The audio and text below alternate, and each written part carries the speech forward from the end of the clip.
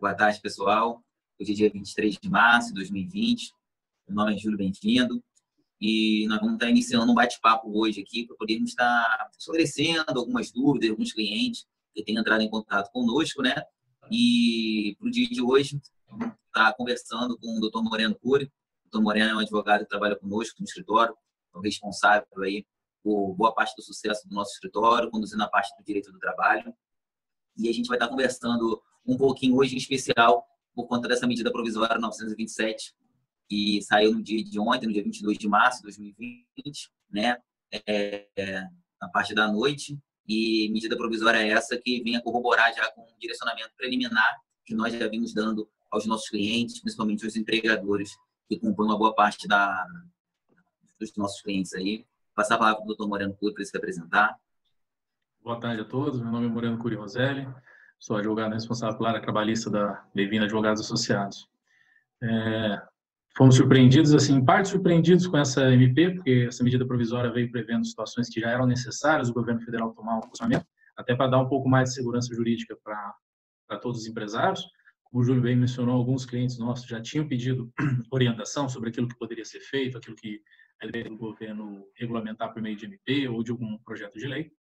E com a chegada dessa medida provisória, a gente resolveu fazer esse vídeo para vocês, para os nossos clientes, para justamente dar um pouco de posicionamento necessário nessa hora que não está, né, a gente não tem precedentes a respeito disso, nenhum outro caso na história recente do nosso país, e justamente ajudar vocês na tomada de decisão do que fazer, se a empresa foi impactada já pelas medidas do governo estadual, do governo municipal, eventualmente que já possam ter paralisado, suspendido as atividades ou reduzido as atividades, para você, que empresário, já poder se programar caso venha acontecer, já está bem orientado para tomar as decisões com base naquilo que a legislação permite, que a parte da CLT vem com trouxe de alternativa agora para as empresas poderem lidar com essa situação.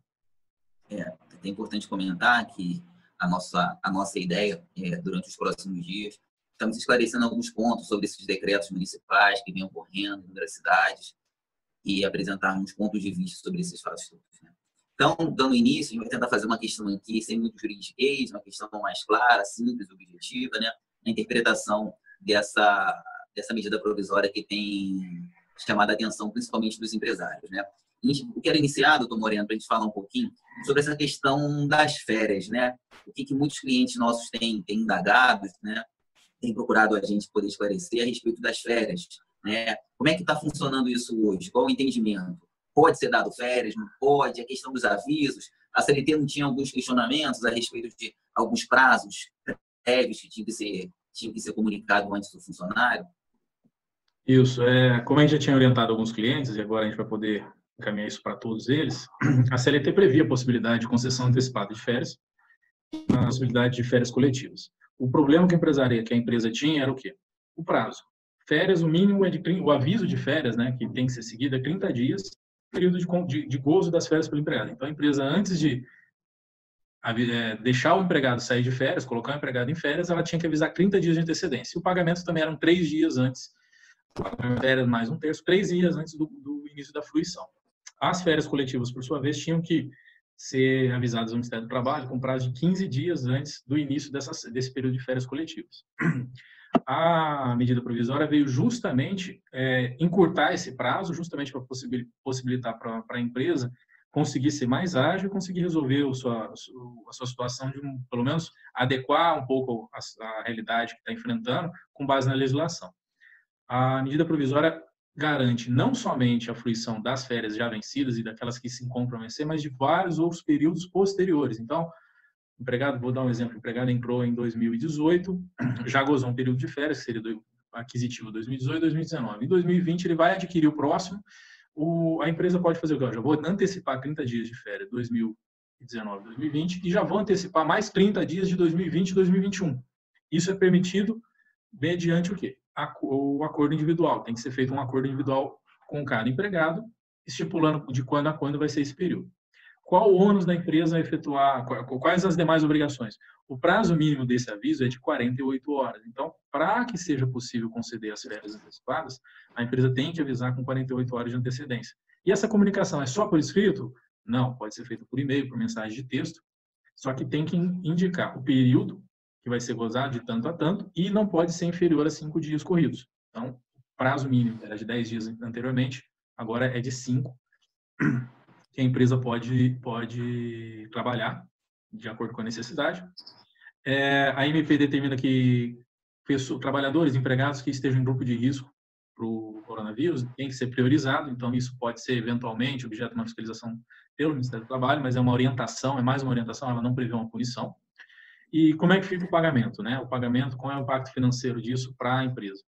As férias, e um terço de férias, elas tinham que ser pagas com 5 dias. Se me permitir, eu interromper um pouquinho, até a fim de esclarecimento, né? A regra que funcionava da CLT, né? Ela vai ter uma modificação temporária, correto? Isso. Quando tivermos vivenciando esse período de pandemia, haverão novas regras transitórias a serem interpretadas, né? E essas regras que você vai estar começando a passar para a gente, porque inicialmente, como você disse, o funcionário vai entrar de férias, o patrão precisa fazer um pagamento, correto? Antes tinha que avisar as férias. Ele, com 30 dias antes de começar a fluir, ele tinha que avisar. E 3 dias antes dele começar as férias, tinha que ser pago a férias mais 1/3. Exatamente. E agora, com a reforma nessa lei temporária, essa regra foi alterada. Como é que ficou essa regra, doutor, a respeito do pagamento das férias, da rubrica férias? Então, das férias, o pagamento ele tem que ser feito até o 5º dia útil do mês posterior que o empregado começar a gozar as férias. Então, eu vou dar o exemplo, mês de março agora, a gente já está no final dele. Se você der férias a partir de amanhã, terça-feira, o pagamento dessas férias, você é obrigado a pagar até o 5º dia útil de abril, do mês seguinte, mas apenas do salário de férias. Terço de férias, que é aquela verba, que é o quê? Um acréscimo para o empregado. Aquela premiação que o funcionário recebe em prol do período aquisitivo que foi ultrapassado, para que ele possa ter um incremento de sua receita para um lazer, né? Como é que ficou essa rubrica? O vencimento desse 1/3 de férias ele foi postergado até o vencimento da segunda parcela do 13º. A segunda parcela do 13º ela tem que ser paga até o dia 20 de dezembro de cada ano. No caso de 2020 agora, 20 de dezembro de 2020. Lógico, eu posso antecipar? Sem problema nenhum. Você só tem que seguir esse prazo. Não pode ser ultrapassada essa data de vencimento do 13º, que é 20 de dezembro de 2020. Tá certo. E deixa eu aproveitar aqui num outro questionamento, doutor, para a gente poder estar compartilhando com os nossos clientes, né, que a gente possui desse ramo de saúde, né, os hospitais, os médicos individuais, as suas clínicas, as empresas de home care, que são dos nossos clientes, e para quem é direcionado esse vídeo, né? Como é que funciona essa questão dos funcionários que estão em gozo de benefícios? Como é que houve uma mudança da legislação nesse sentido? Como é que ficou? Os profissionais de área de saúde, né, ou que desempenham função que são consideradas essenciais, segurança pública, serviços públicos essenciais como energia elétrica, água, né, água, esgoto, a parte de saneamento básico, esses serviços que são considerados essenciais e os profissionais da área de saúde, de acordo com a necessidade do empregador, todas as férias ou licenças não remuneradas podem ser suspensas. Ele só tem que ser avisado o empregado tem que ser avisado com 48 horas antes de antecedência para voltar ao trabalho e tem que ser por escrito. Mas eu sou técnico de enfermagem, eu sou obrigado? Sim, por lei você é. Se você não retornar, isso pode ocasionar a rescisão do contrato por desídia. O empregado pode ser mandado por justa causa justamente porque é um estado de exceção que a gente considera perante o que a lei coloca. Hoje, né, na MP está previsto como pandemia, mas na verdade é um motivo de força maior que a própria CLT prevê em alguns dispositivos esse tipo de situação que a gente vai trabalhar ao longo dos vídeos, né? Mas, então, os profissionais da área de saúde, as empresas da área de saúde ou de serviços essenciais, né, que não podem ser parados e têm a listagem já emitida pelo governo federal, os empregados são obrigados a retornar de férias, mesmo que estiver fluindo, e quem tiver de licença não remunerada também. O prazo só tem que ser respeitado de 48 horas e tem que ser feito por escrito ao empregado. Ok. E deixa eu te perguntar mais uma coisa aqui, doutor, a respeito dessa questão dessas férias coletivas, né? A gente sabe que na forma da lei normal, né, sem esse período de interferências, né, o benefício da férias coletiva, existe uma norma, né? Todo empregador que deseja conceder período de férias coletiva, que usualmente é utilizado no período de dezembro, no final de dezembro, até o início de janeiro, existiam algumas regras de comunicação prévia ao Ministério do Trabalho, mas como é que ficou agora para esse período da MP? A MP contemplou essas possibilidades?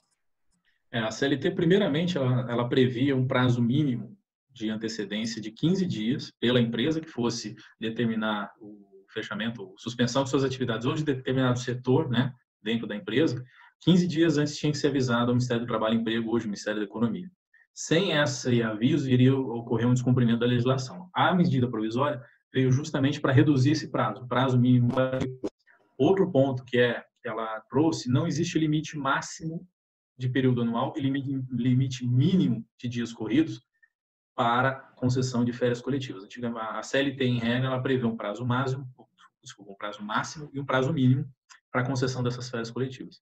Diante da situação de que as empresas estão impedidas de exercer atividade, essa MP veio trazer pelo menos essa possibilidade das férias coletivas de acordo com a necessidade do empresário. Lógico, cada um tem uma realidade, tem que analisar essas opções de acordo com a necessidade da empresa. E não existe também uma possibilidade de concessão de férias coletivas uma seguida da outra, desde que de 48 horas para avisar os empregados. Eu quero dar 30 dias para os empregados porque eu estou esperando uma alteração da situação. Eu posso conceder. Venceu, não houve melhora, eu aguardo 48 horas, né, com antecedência de 48 horas, ou seja, no dia 28º dia, eu já posso avisar que eu estou prorrogando as férias coletivas justamente por causa desse motivo. Mantendo-se para as férias coletivas as mesmas regras das férias comum do empregado, que seriam antecipadas, questão de pagamento. Tá certo. Então, assim, é isso. A gente vai estar tentando fazer isso aqui para tentarmos ganhar uma dinâmica melhor e até mesmo para os nossos clientes poderem assistir, né, aqueles episódios com a nossa etiqueta com que tema específico nós estamos trabalhando.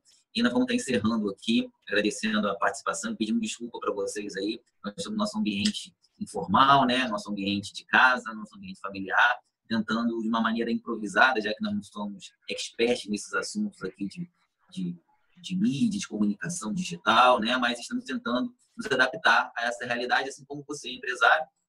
Nosso cliente também está tentando se adaptar a essas dificuldades todas que estão sendo colocadas. E nós vamos manter o nosso telefone de contato à disposição aqui dos nossos clientes. Não temos dia, não temos horas, estamos o tempo inteiro respondendo e-mails, chamadas no WhatsApp, nas redes sociais.